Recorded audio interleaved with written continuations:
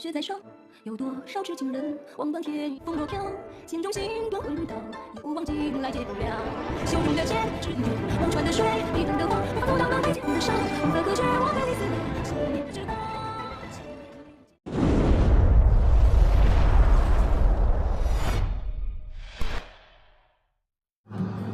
अरे यार, कितना मेहनत करती हूँ लेकिन तुम सब्सक्राइब करना भूल जाते हो। याद से सब्सक्राइब कर दिया करो, ओनली फॉर मोटिवेशन। एपिसोड की शुरुआत में हम श्याओ को देखते हैं जो चुपके से जाकर गेट खोलती है जिससे सिक्यू अंदर आता है।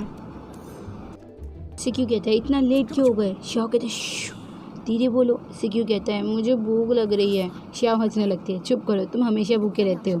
सिक्यू कहता है बकवास बंद करो, मुझे खाना दो, मैं सच बोल रहा हूँ। श्याओ कहती है अरे खाना रेडी है, आओ मेरे पीछे। वे भी जाने लगते हैं। दूसरी ओर हम ग्रैंडपा को देखते हैं जो कंबल ओढ़े हुए आते हैं। ग्रैंडपा कहते हैं कुछ तो गड़बड़ है इस लड़की के साथ। बाय द वे ग्रैंडपा का नाम जिंगयान लिन है जो सीनियर लेजेंड मास्टर है इन शहर के।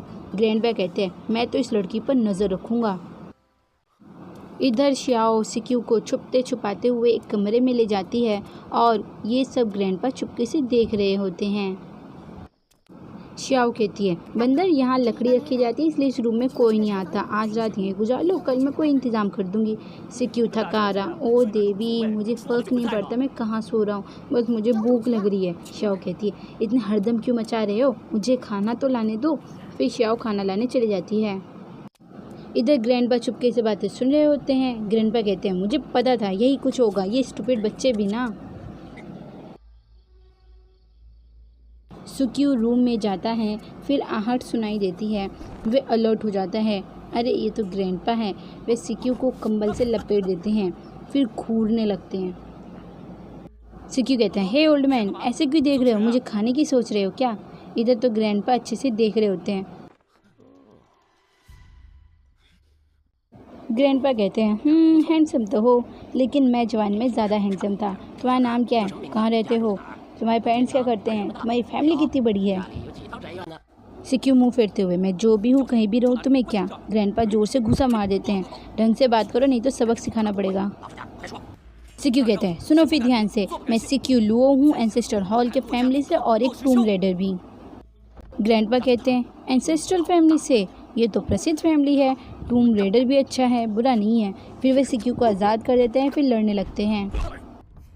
सिक्यू कहता है हे ओल्ड मैन तुमने बहुत ही धक्का मारा मुझे। ग्रैंडपा कहते हैं बातें छोड़ो लड़ो मुझसे। फिर वे लड़ने लगते हैं। इधर श्याओ खाना लाती है, लड़ाई की आवाज़ सुनकर वे भाग कर जाती है। ग्रैंडपा रुक जाइए। फिर ग्रैंडपा फाइट स्टॉप कर देते हैं। श्याओ भागकर सिक्यू के पास जाती है। ग्रैंडपा कहते हैं बच्चों तुम्हारे पास स्ट्रॉन्ग इंटरनल पावर है, फ्यूचर में तुम एक हीरो बन सकते हो। फिर हंसते हुए चले जाते हैं। सिक्यू सोचने लगता है ये क्या था। इधर हम ग्रैंडपा के पूरे हाउस का ओवरव्यू देख सकते हैं।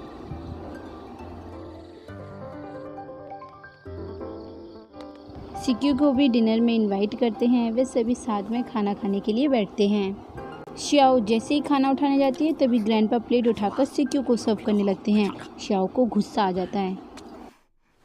सिक्यू ग्रैंडपा से कहता है प्लीज़ मुझे माफ़ कर देना मेरे बिहेव के लिए। ग्रैंडपा कहते हैं छोड़ो उस बात को, बस खाना खाओ। श्याओ कहती है ग्रैंडपा इस तरह बात मत करो। ग्रैंडपा कहते हैं हाँ ठीक है श्याओ। इधर सिक्यू फटाफट खाने लगता है। ग्रैंडपा पूछते हैं सिक्यू डोंट माइंड तुम्हारा और श्याओ का रिलेशनशिप कैसा है? सिक्यू कहता है हाँ ज़रूर, मैंने और श्याओ ने आकाश पाताल को साक्षी मानकर शादी की है, बस यही। ग्रैंडपा शॉक हो जाते हैं, वे खड़े हो जाते हैं, फिर कुछ सोचकर वे बैठ जाते हैं। श्याओ डर जाती है।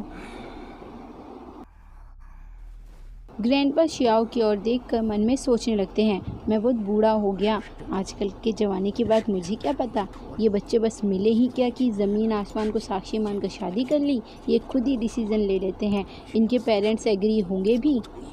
श्याओ कहती है ग्रैंडपा आप जो सोच रहे वैसा हमारे बीच कुछ भी नहीं हुआ। ग्रैंडपा गुस्से में शट अप, तुमने जैसे भी हो शादी तो की है ना, और कहते हो कि कुछ भी नहीं हुआ। सिक्यू थोड़ा रुकता है फिर अपने खाने में लग जाता है। फिर ग्रैंडपा थोड़े खुश मूड में, अच्छा मुझे ग्रैंड चिल्ड्रन कब मिलेंगे। सिक्यू का खाना रुक जाता है। श्याओ घबरा कर, ग्रैंडपा आप भी ना। तभी अंकल आते हैं और कहते हैं मास्टर आ गए हैं, वो फर्स्ट यार्ड में हैं। ग्रैंडपा कहते हैं उसे यहाँ पर ले आओ। श्याओ डर जाती है, नहीं ग्रैंडपा, अगर पापा ने बंदर को देख लिया तो वो मेरी टांगे तोड़ देंगे। सिक्यू तो अपना खाने में लगा रहता है। दूसरे सीन में हम एक बहुत ही ब्यूटीफुल और फेबुलस प्लेस को देखते हैं जहाँ हैन और मैन आते हैं। मैन घोड़ा रोकता है। हैन पूछती है क्या यही है तुम्हारा घर, valley of no mercy. Man कहता है हाँ, मैं कितने सालों से यहाँ नहीं आया, मैं बेताब हूँ अपने माँ और दूसरे लोगों से मिलने के लिए। हैन फिर पूछती है मैंने सुना है जब इस वैली में फूल खिलते हैं तो ये स्वर्ग जैसा सुंदर नज़ारा होता है। मैन कहता है मैं तुम्हें ज़रूर दिखाऊंगा जब हम चेक पॉइंट से गुजरेंगे तब। हैन खुश हो जाती है। मैन चेक पॉइंट को देख रहा होता है। हैन पूछती है क्या हुआ मैन, चलो। मैन कहता है यहाँ पर फेलो सिस्टर होनी चाहिए, वे चेक पॉइंट के रक्षक हैं, लेकिन यहाँ पर कोई भी नहीं है। फिर मैन आगे बढ़ता है। यही है वैली ऑफ नो मर्सी का चेक पॉइंट। ये सभी फूल स्पाइडर लिली हैं। ये नज़ारा रियली में ऑसम है।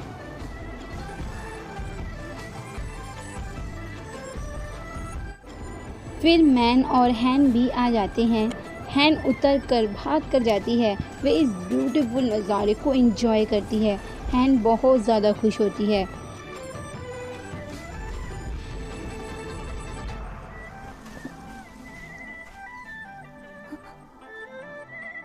मैन तो सिर्फ हैन की खुशी को देख रहा होता है। फिर मैन जाकर हैन से गले लगता है।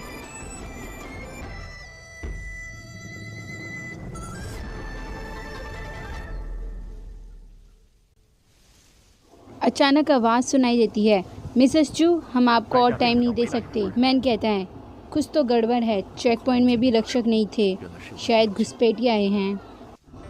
फिर हम एक प्लेस देखते हैं जहाँ पर रेड ड्रेस पहनकर सैनिक खड़े होते हैं। ये है वुहुन वाइली, मिनिस्ट्री ऑफ पनिशमेंट, टूम गार्डिंग दल से, टाउन ऑफ द टूम किंग से भी हैं। और ये है चू दूसरी तरफ। चू कहती है अच्छा टूम किंग मुझे याद कर रहे हैं, इसलिए उन्होंने तुम्हें भेजा है एक नामी दामी जल्लाद को। वो उन कहता है मेरे पनिशमेंट हॉल में 8 रेड क्लॉस वॉरियर हैं, वे आपको 10 दिन से ढूंढ रहे हैं लेकिन उन्हें आप कहीं नहीं मिली, इसलिए टूम किंग ने मुझे भेजा है आपको ले जाने के लिए, इसलिए मैं आया हूँ आपको वापस टाउन में ले जाने के लिए। चू कहती है मैंने तुम्हें पहले ही कह दिया है, जब मेरे पति का अंतिम संस्कार हो जाएगा तब मैं खुद पनिशमेंट के लिए टाउन चली जाऊंगी। वुहुन कहता है बट आप 10 दिन से ज़्यादा माउंट कुलून पर हो, लेकिन आपको अभी तक हैन फैमिली का होम टाउन नहीं मिला है। चू धीमे आवाज़ों में बोलती है लोग वैसे भी मरने के बाद अपने पूर्वजों के पास पहुंच जाते हैं। फिर गुस्से में बोलती है कुछ भी हो मैं ढूंढ कर रहूँगी चाहे कितनी भी डिफ़िकल्टी आए। वुहुन कहता है आप लव और जस्टिस को इम्पोर्टेंस देती हो, आई एम रियली इम्प्रेस्ड। ये कैसे रहेगा, आप पहले हमारे साथ टाउन चलो, फिर किंग को रीज़न एक्सप्लेन कर देना, उसके बाद अब अपना ढूंढते रहना। चू मुँह फेरते हुए कहती है तुम्हें क्या लगता है वो मुझे जाने देंगे अगर मैं टाउन गई तो। वुन कहता है तनिको 2 में जो इंसिडेंट हुआ, यंग मास्टर ने भी अपनी पनिशमेंट एक्सेप्ट कर ली, सो आप रेडी हैं। चू गुस्से में भाड़ में जाओ, मैं कहीं नहीं जा रही जब तक अंतिम संस्कार ना हो जाए, अगर तुम एग्री नहीं हो तो फाइट करो। वुन चुप रहता है, फिर अचानक अपने घुटनों पर बैठ जाता है और झुक जाता है। 30 साल पहले मैं माइंड डीवन के बहकावे से वध करना शुरू कर दिया था, फिर मार्शल आर्ट ने मुझे मारने की कोशिश की, लेकिन आपने मेरी ज़िंदगी की गारंटी ली और मुझे सोल्जर बनाया। आज तक 30 साल से टूम्स की रक्षा कर रहा हूँ, मैं बच गया और फ्री रहा हूँ। मैं आपका एहसानमंद हूँ, मैं आपसे लड़ने की बजाय मरना पसंद करूँगा। चू कहती है तुम अपने ऑर्डर वायलेट करोगे अगर लड़ाई नहीं की तो, और ऑर्डर वायलेट के कारण तुम मर भी सकते हो।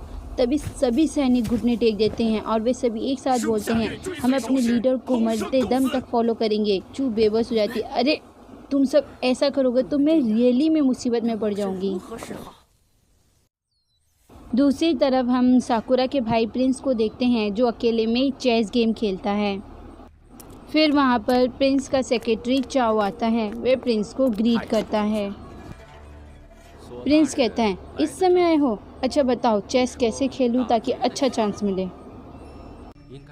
चाओ कहता है चेस, आप अपने ओपोनेंट का ध्यान एक जगह लगाओ और दूसरी तरफ उसका लॉस कर दो। प्रिंस कहता है आई लाइक योर आंसर, मुझे लगता है तुमने पहले से सारे अरेंजमेंट कर दिए हैं। चाओ कहता है आप चिंता मत कीजिए prince, but princess Sakura snow बीच में आ सकती है, बस यही चिंता की बात है। प्रिंस कुछ सोचते हैं फिर बोलते हैं सिचुएशन को कॉम्प्लेक्स कर दो। फिर चाओ कहता है ओके प्रिंस। यहीं पर एपिसोड का होता है दी एंड।